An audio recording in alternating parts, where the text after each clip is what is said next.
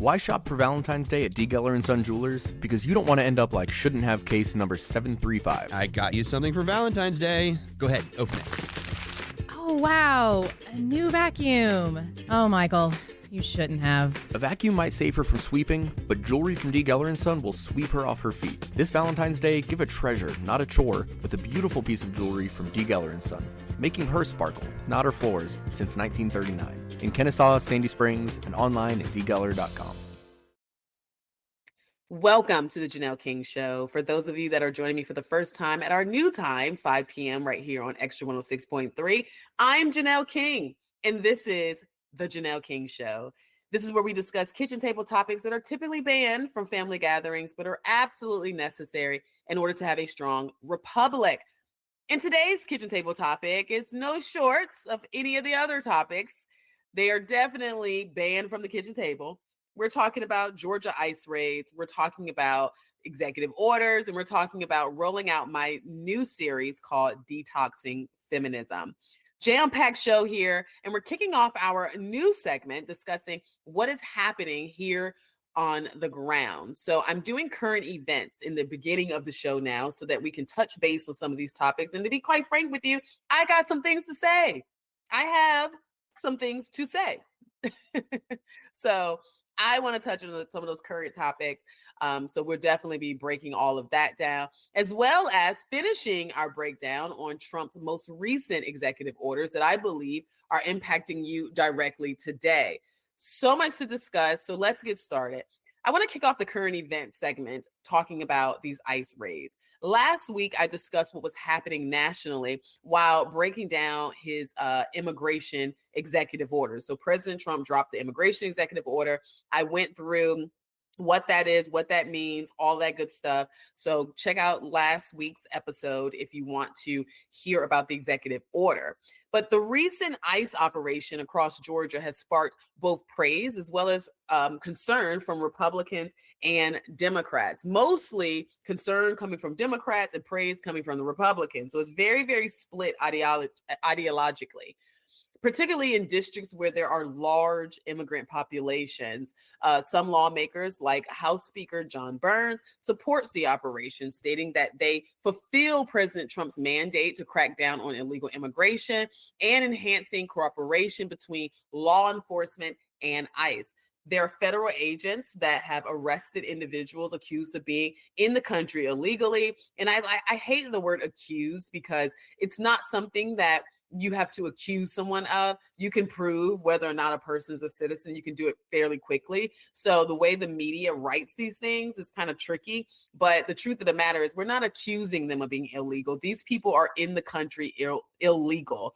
Anyway, with the specific incidents captured on DoorCam videos, raising fear amongst Caribbean and African immigrant communities regarding potential deportation.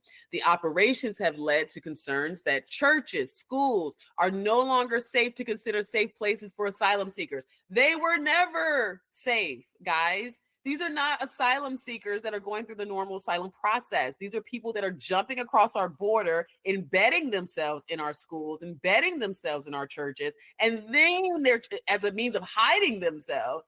So this is not asylum seekers. Anyway, State Senator Blake Tillery introduced a bill allowing individuals to sue sheriffs and jailers who fail to report undocumented immigrants in their custody of federal agents. Democrats, including Smyrna lawmaker Gabriel Sanchez and Lawrenceville Democrat Sam Park, criticized the operations, arguing they instill fear in all immigrant communities, regardless of their legal status, and that most immigrants contribute positively without committing crimes. Okay, first of all, of the hundreds that have already been rounded up, they are committing crimes, most of them. Now, obviously, there are people that are being arrested that are within proximity of those who are committing crimes. But I would venture to say that you are housing and abetting a criminal. So if you are living in the house with someone that you know is a part of MS-13 and you are keep giving them shelter and food, you're part of the problem. So anyway, so what's happening is they're going after the people who are currently either in prisons, people who are living in communities that have records. They're finding these people and they're rounding them up. We haven't even gotten to the phase where we're really starting to target people who are just here illegally. He's targeting criminals. So saying that these are people that are contributing positively, first of all, how can they contribute positively when they're not a citizen? They may be contributing positive to you, but how are they contributing to the country when you're not a citizen?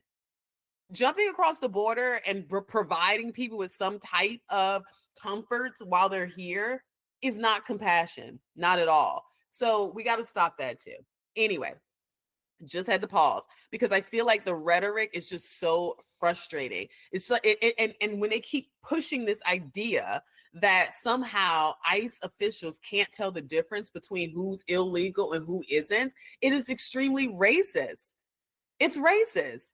Because that would mean that I, as a Black woman, should be afraid that I may accidentally be deported back to Africa simply because I look African and I am a legal citizen. So they may honestly make a mistake and think that I'm illegal because I'm Black. Like, this is where how silly, how misguided, and how manipulative that messaging is. Also, again, having compassion for these people who are being deported doesn't require, or it shouldn't require, me to also support breaking the law. The moment you tell me that I am somehow not having compassion simply because I'm choosing to support the law, I'm choosing to say when these people are doing wrong is a problem for me. It's a problem for me. Anyway, moving on. Let's see. Continuing the story as they wrote it. Okay, back to the story.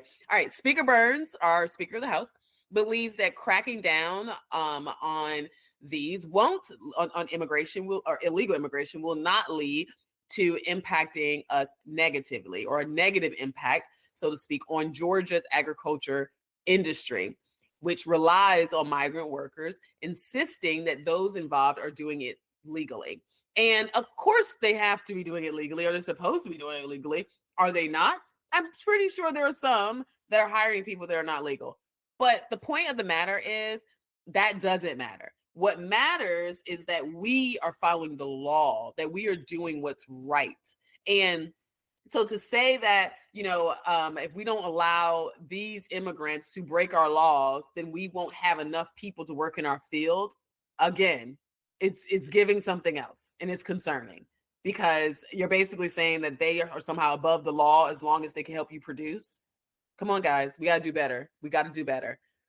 So I want to share a little bit more information on this issue, and I'm going to let you eavesdrop on a conversation that I heard on the John Frederick show. Actually, shout out to my girl, Marcy McCarthy, who's the Georgia DeKalb County GOP chairwoman. She's doing a great job, who invited me to listen in on this conversation, and it was really good.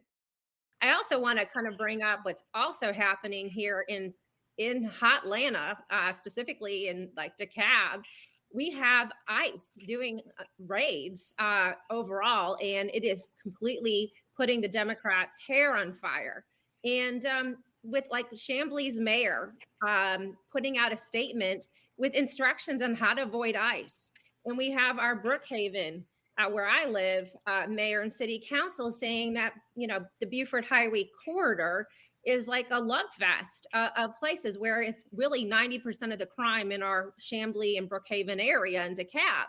So the fact of the matter is the folks aren't listening to us out there, but we are making a difference. And I have to say, doesn't everybody love winning every single day? I mean, yes. Coming up, more executive orders. We're talking about the executive order to protect our children from chemical and surgical mutilation. We're talking about the Iron Dome for America. Woo! Yes. Elon's Doge, the Department of Efficiency, and going back to in-person work, returning back to in-person work. And then we're going to close the show with a snippet of my new series, Detoxing Feminism. All of this is coming up on the Janelle King Show. You're listening to Extra 106.3. Hello, everyone. My name is Suzanne Guy, and this is the Church's Moment. There is an incredible opportunity to start a distinct pro-life ministry at your church. We started one at our church about 5 years ago, and the fruit has been tangibly beautiful. We do monthly meetings that educate and equip the body of believers on sanctity of human life issues from womb to tomb by bringing in and featuring different pro-life leaders from all over Georgia, as well as featuring different ministries like post-abortion healing ministries or foster care ministries. There are so many great community partners out there. And then the second part of this pro-life ministry is having a care team. This is an opportunity to show moms in crisis, moms in unplanned, unwanted, or crisis pregnancies that the church is the place to run to, that the church is a safe haven and a place to go for tangible help, real hope, true compassion, friendship, and discipleship, and yes, an opportunity to share the gospel in both word and deed. Brothers and sisters in Christ, will you consider starting a distinct pro-life ministry at your church? It's so easy. Please contact me today to find out how simple this is. You can contact me at my email, proverbs31:8@att.net. This is the Church's Moment.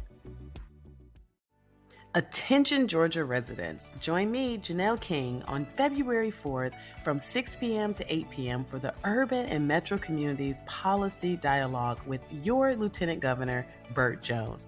This isn't just another event. It's a unique opportunity to engage directly with the Lieutenant Governor and discuss the policies that impact your community. Best of all, it's free. RSVP and submit your question for the Lieutenant Governor. Bring a friend or two and be a part of the conversation. It's all happening February 4th from 6 p.m. to 8 p.m. at the Gathering Place Community Center located in Union City, Georgia. Visit us at lwfaa.com/policy dialogue to RSVP or check out the link in the description box. See you there. Why shop for Valentine's Day at D. Geller & Son Jewelers? Because you don't want to end up like shouldn't have case number 605. Happy Valentine's Day, honey. Ooh, what's in the box? Want to open it? Okay. What is this? It's a meal kit. I thought you could make us a good dinner. They say if you hurry, you can get it on the table in 30 minutes. Oh, babe, you shouldn't have. High heat and high pressure make diamonds. They shouldn't make dinner. This Valentine's Day, give a beautiful piece of jewelry from D. Geller & Son in Kennesaw, Sandy Springs, and online at dgeller.com. Welcome back to the Janelle King Show right here on Extra 106.3. And I'm Janelle King for those of you that are joining me for the first time at our new time, 5 p.m. on Saturdays. This is where we discuss kitchen table topics that are typically banned from family gatherings, but are absolutely necessary in order to have a strong republic. And today's table topic is no different. We're talking about ICE raids, which we did talk about in the first segment. So if you missed that, don't you worry. You can go back and check that out. And in this segment, we're going to close out our part 2 of the executive orders. I'm going to go through a couple of executive orders that are hitting the table. And then lastly, we're going to finalize the show with my snippet of a new series called Detoxing Feminism. And before the break, as I stated, we discussed the Georgia raids. So check out my YouTube page for the full show. Remember, while you're there, to like, comment, share, subscribe, do all the things, because that's what I need. It is free to you. And then don't forget, we have encore episodes that air of this radio show right here on Extra 106.3 every Sunday at 9 a.m. So while you're driving to church, you can be listening to me. This segment is dedicated to part 2 of our executive order review, where I am reviewing orders recently signed that I feel may pose an immediate impact. And I'm just keeping you in the loop. So let's start. So Trump's executive order introduced a significant change to federal employees, primarily requiring all federal workers to return to in-person work full time. This move marks a shift from remote work practices and became prevalent during the COVID-19 pandemic and is aimed at increasing accountability and presence with federal agencies. Now, accountability, in my opinion, is super duper important. And when you have every dollar that is being spent is paid for by or with tax dollars, I think that's a problem. I think that's a problem when we don't have efficiency or accountability in our government and you're using tax dollars. And some may say there is accountability, there is efficiency, but it depends on who you ask. Because for my husband and my son, who are both veterans, they had to wait 7 months to get an appointment with the VA. I'm listening to the VA calling and saying, hey, I know it's time for your annual. And mind you, he's calling us in January saying it's time for you to come and do an annual review. And Kelvin's like, okay, so when? And they're like, oh, October of this year. Okay. All right. That's not efficiency. Anyway, so there's been much criticism. Many are wondering what this means for those who are hired remotely and live in different states. Well, President Trump is offering 2 million federal employees 8 months paid to quit their jobs as part of the plan to reduce the size of the U.S. government. Employees have until February 6th to accept the offer, which excludes immigration and national security positions, as stated by the Office of Personnel and Management. The National Treasury Employees Union warned that the offer is designed to scare employees into resigning and urge them not to accept it. Well, that's dumb. That's dumb. Why would you tell them not to accept this offer? If they are unable or unwilling to relocate, then you better accept the offer. It's so emotional. I promise you, man. I just, and why are we advocating to keep government so big? I don't get it. I don't get it. I don't get it. I just can't. And keep people we can't afford. Democratic thinking. Speaking of democratic thinking, Democrat Senator Tim Kaine criticized the proposal as a fake offer, questioning Trump's authority to make such an offer and promise payouts. Look, I know it is extremely weird for Democrats to see a president that's actually exercising their authority, because what I've dealt with coming from Democrat leadership is a constant, repeated no to everything. I sit on the state election board here in Georgia, and it seems like every idea that comes before the board, the Democrats are always like, oh, it's out of our authority. Oh, we can't do it. Oh, let's throw more red tape on it. Oh, let's send it back through the bureaucracy. Like, let's make it more difficult. It's never, all right, guys, let's work together and see how we can make this happen. It's always a criticism, and it's always an unfounded criticism that we have to somehow take as fact simply because they said it. That's a problem for me. So I get it. Biden was so quiet in the White House because he was doing absolutely nothing, being controlled by everybody else. And I really wish Dems would start to look for solutions rather than criticisms, even though I know they're not accustomed to all of this movement. I know it feels very weird. But anyway, moving on. I digress.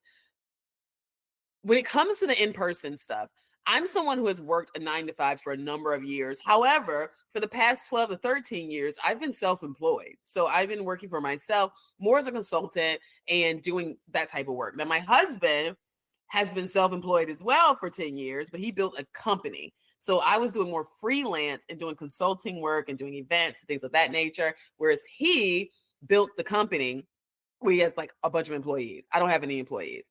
But I can tell you, working from home is a lot easier as it relates to time. However, it doesn't mean that you're going to be more productive. And for most people that have to manage their own time during work hours, not as you think.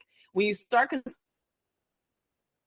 the coffee, the lunch with friends that ran over, and the list of other distractions that come because you're at home, right? I have the dog, I got the deliveries coming. There's so many different things that's happening while you're at home, and then that will impact your time, and all of that adds up. And the next thing you know, instead of you working 8 hours from home, you're actually working 6 hours from home. So productivity is a problem. But there's also the reverse that's true that could happen as well, where you do have a lot of self-starters who work better in silence, and they may be people who can benefit from that, but it's just not most of us. It's just not most. So unfortunately, this is not the majority, but it's a situation where I do believe that we may be running into a productivity issue, particularly when we already have challenges with our government as it is.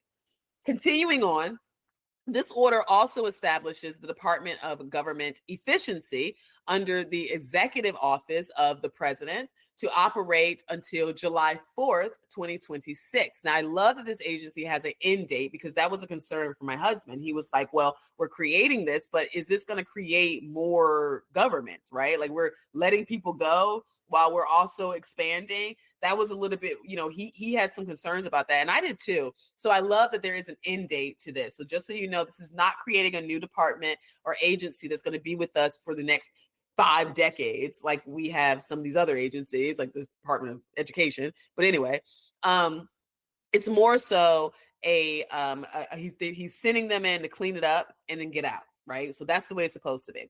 This department is led by Elon Musk, who is tasked with recommending cuts to federal programs and spending, reflecting on a focus to reduce government expenditures, meaning how much money we are spending versus bringing in.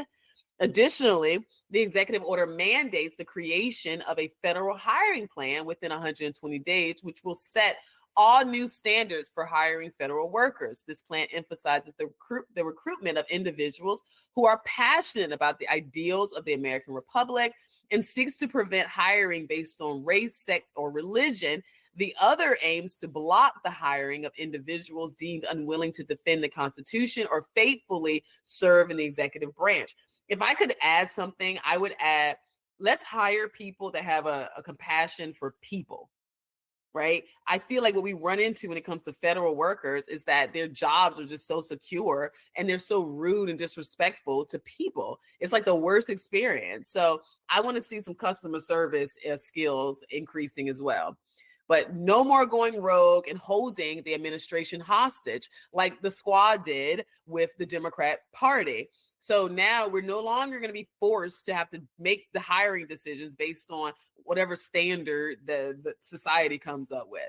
The order allows department heads discretion to grant exemptions for certain circumstances. Some are saying this approach politicizes the civil service and undermines due process rights, raising concerns about fairness and objectivity in federal hiring practices.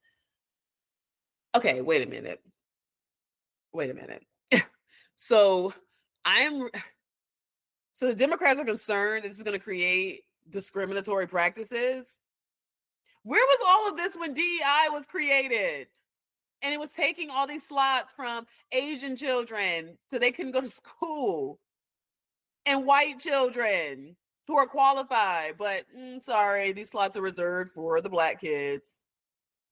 Or sorry, this slot's reserved for the body positivity people. Sorry, this slot is reserved for the non-binaries. I mean, is that not discriminatory practices? Okay. Or what about when the trans community decided they wanted to compete against girls? And how about the deafening silence that we heard when that trans boxer nearly knocked the head off of a female boxer during the boxing match? Yeah, they were silent. And in some cases, they were even opposing the stance. And this is why I believe that Democrats are being ignored right now. This is why. All right, up next, America's new Iron Dome. Trump dropped an executive order that highlights the ongoing threat of ballistic, hypersonic, and cruise missiles, emphasizing the need for an effective defense system for national security. Yes, yes, yes, yes, yes. Let me tell you.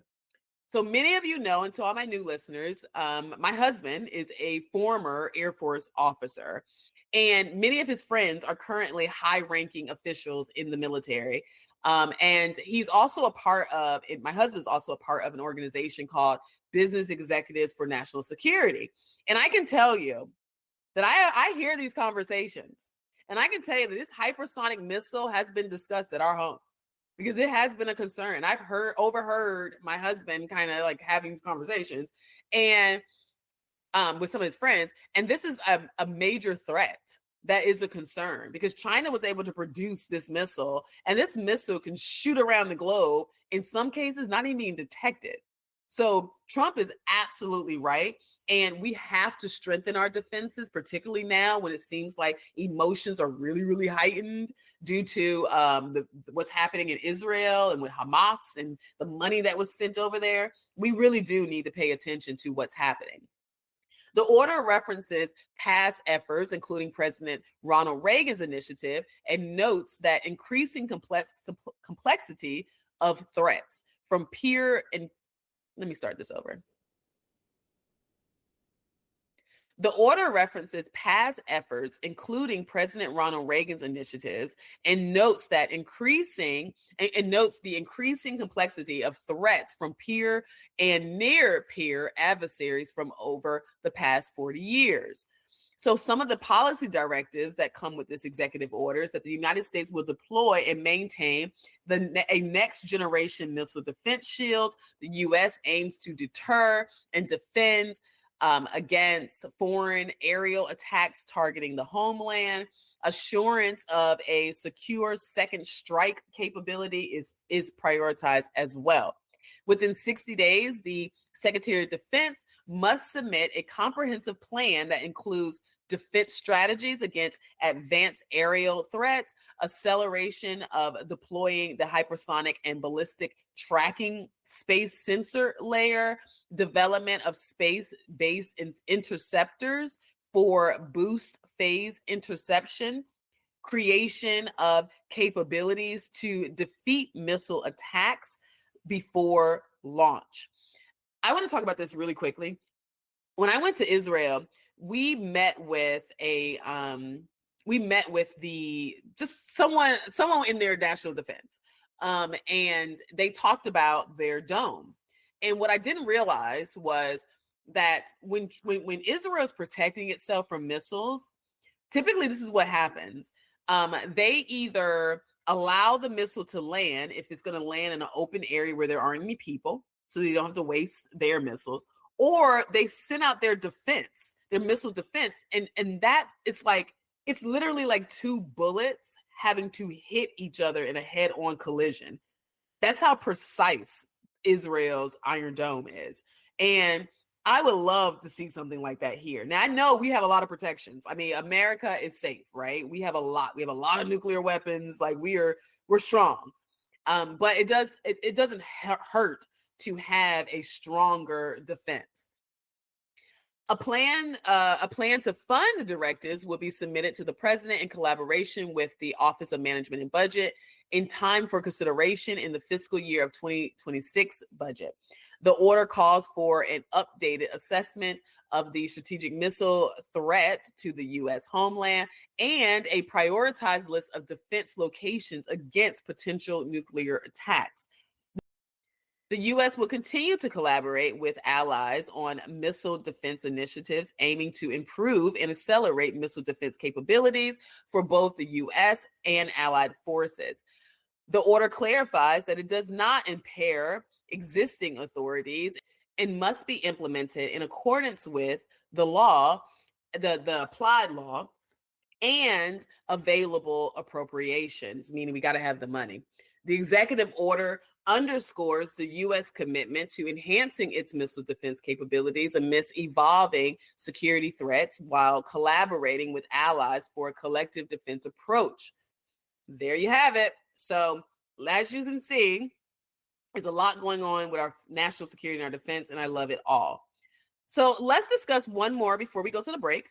And it's protecting children from chemical and surgical mutilation. Can I believe this is being discussed? And let me tell you something. I am loving the transparency coming from this White House because I am on an email list where I get these executive orders. So he sends out a press release and with like all the details of it. So I don't have to be confused about whatever the media is saying. And I'm so grateful. So as I'm going to be dropping a couple of executive orders and doing more reviews throughout the show, or throughout the coming weeks, I should say, as they come in. So what I get, I'm going to share with you all. So, okay, this executive order aims to revoke the practice of what is termed chemical and surgical mutilation of children. It contends that the notion that adults can change a child's sex through irreversible medical interventions is misleading and harmful. The order emphasizes that countless children may come to regret being subjected to these irreversible medical interventions, stressing the potential consequences that could affect their ability to conceive or breastfeed. It explicitly states that the US government will not fund, sponsor, or support the so called transition of a child from one sex to another, enforcing laws prohibiting and limiting these life altering procedures. Praise God. This executive order directs agencies to rescind and amend policies based on guidance from the World Professional Association of Transgender Health. I have no clue what that is, but WPATH is what they call themselves, citing concerns with its scientific integrity. The order requires the heads of executive departments to ensure that institutions receiving federal research or education grants in the chemical and surgical mutilation of children. The Secretary of Health and Human Services, which I hope is going to be RFK Jr. By the time you're listening to this, we would know, is instructed to take appropriate actions to end these practices and improve data quality to guide health practices for children experiencing gender dysphoria. The Department of Defense is directed to commence rulemaking to exclude coverage for chemical and surgical mutilation of children from TRICARE affecting military families. The director of the Office of Personnel and Management shall ensure that federal employee health plans prohibit coverage for pediatric transgender surgeries and hormone treatments. The Attorney General is tasked with reviewing and prioritizing investigations into deceptive practices related to these medical interventions, ensuring enforcement against abusive practices, especially in sanctuary states. Child, we are beyond cities. Okay. Sanctuary states, but okay. Within 60 days of the order, agency heads with responsibilities must submit a report detailing progress on implementing the order and a timeline for future action. Finally, this order clarifies that it does not create any new rights or benefits enforceable against the United States or its agencies. Whew, thank you, God. Thank you, God. It's sad that we are here. It really is. It really is. I feel for the babies. I feel for the children that are subjected to this without them or their without them knowing exactly what they really want. I have 2 degrees in psychology, and one is general psychology and the other is industrial and organizational psychology, which is my master's. But I remember being in undergrad, and we had our DSM, and that's the book that you kind of go to diagnose.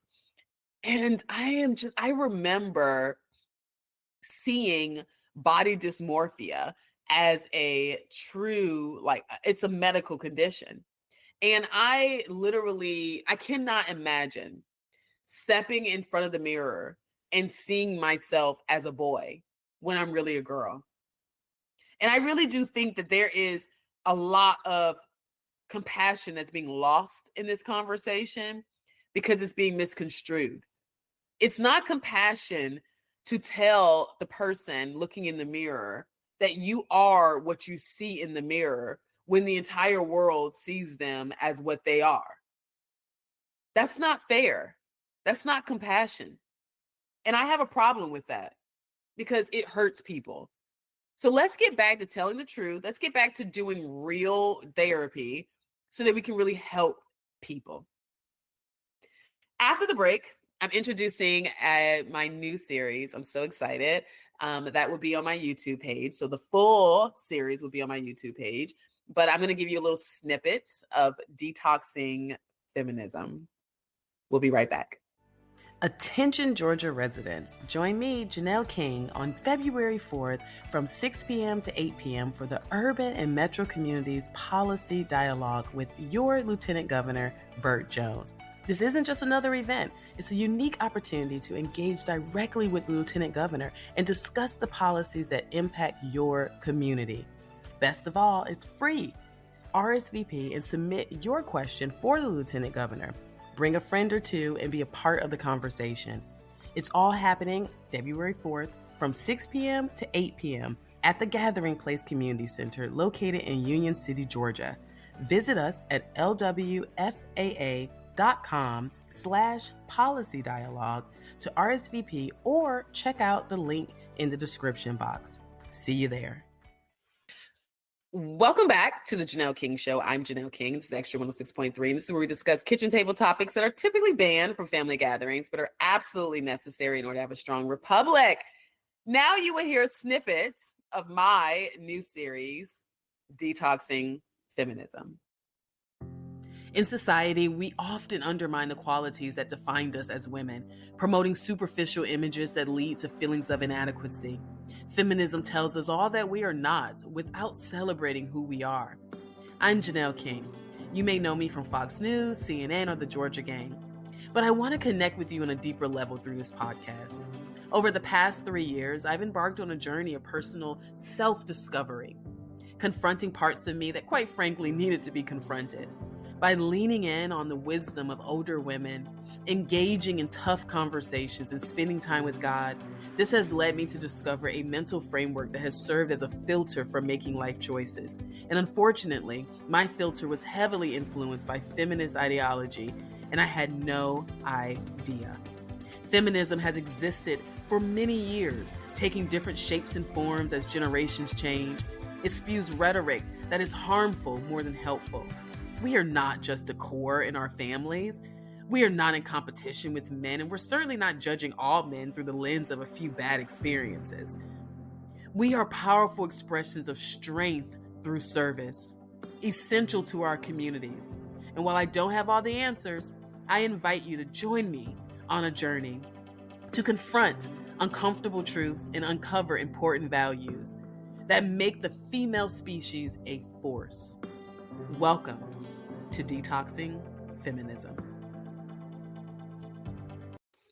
Why shop for Valentine's Day at D. Geller & Son Jewelers? Because you don't want to end up like shouldn't have case number 735. I got you something for Valentine's Day. Go ahead, open it. Oh, wow. A new vacuum. Oh, Michael, you shouldn't have. A vacuum might save her from sweeping, but jewelry from D. Geller & Son will sweep her off her feet. This Valentine's Day, give a treasure, not a chore, with a beautiful piece of jewelry from D. Geller & Son, making her sparkle, not her floors, since 1939. In Kennesaw, Sandy Springs, and online at dgeller.com. As I begun my detoxing journey, I had to start with the origin story of feminism. And in conducting my research, I immediately went to the phase of feminism that has the most impact on me, albeit negatively. I didn't think it was wise to start there. Because if I'm going to truly uncover the wicked nature behind this movement, I need to understand how it all started. So let's discuss the first phase of feminism in this series. The first wave of feminism takes place between the late 19th and early 20th century, particularly focusing on the women's suffrage movement and the ramifications of that period. The first wave emerged after the Civil War. Now, during the time when the nation was coping with significant loss of lives, with right around 620,000 to 750,000 men lost their lives, the equivalent is approximately 7 million today. So imagine losing 7 million men today in one war. That's what happened during the Civil War. And the focus should have been on rebuilding the nation as a whole.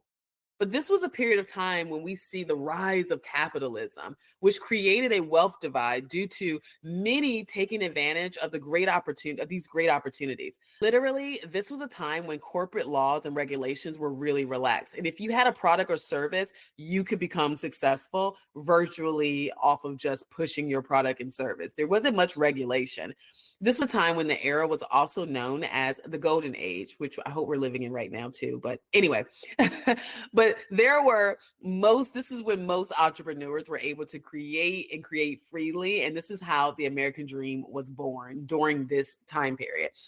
This is a time when the railroad industry was born and the Brooklyn Bridge was built, along with the Statue of Liberty. While many were succeeding, there were many who felt like the Golden Age was more like fool's gold, thus the term Gilded Age, which gilded generally means covered thinly with gold leaf or gold paint. Metaphorically, it refers to something that appears attractive or valuable on surface or face value, but it may be deceptive or lacking substance underneath. Thus, the phrase the Gilded Age, which characterized a rapid economic growth, industrialization, and a great disparity between the wealthy elite and the poor, suggesting a society that was full of glitter and prosperity on the outside, but riddled with corruption and social issues underneath. For many, now that slavery was abolished due to the North winning the Civil War, 4 million Black Americans were now freed. Now let's keep this in perspective. America brought over around 400,000, I believe it was, slaves. But over time, we multiplied, and it ended up being 4 million slaves who were freed after the Civil War. And the notion of prioritizing women's suffrage was arguably a distraction from the more pressing issues like racial equality and national unity. But there were plenty of middle-class women who felt that there were equally pressing issues. So how did we get here? When the men went away to fight in the war, there was still a need to keep everyday life moving. So many of the women that were at home began to step into the workforce, which altered the traditional family dynamics. Key figures like Elizabeth Cady Stanton and Susan B. Anthony are often heralded as champions of women's rights. But their focus on suffrage did not include Black women or women of lower socioeconomic backgrounds. But this didn't stop their movement from forming or attending the Seneca Falls Convention, which was held in July on the 19th through the 20th in 1848 in Seneca Falls, New York. I hope you enjoyed that snippet. You can watch the entire series right now on my YouTube page. I hope you enjoyed the show. Welcome to all of my new listeners. Until next week, stay unafraid, stay unapologetic, and never stop seeking the truth. Why shop for Valentine's Day at D. Geller & Son Jewelers? Because you don't want to end up like shouldn't have case number 605. Happy Valentine's Day, honey. Ooh, what's in the box? Want to open it? Okay. What is this? It's a meal kit. I thought you could make us a good dinner. They say if you hurry, you can get it on the table in 30 minutes. Oh, babe, you shouldn't have. High heat and high pressure make diamonds. They shouldn't make dinner. This Valentine's Day, give a beautiful piece of jewelry from D. Geller & Son in Kennesaw, Sandy Springs, and online at dgeller.com.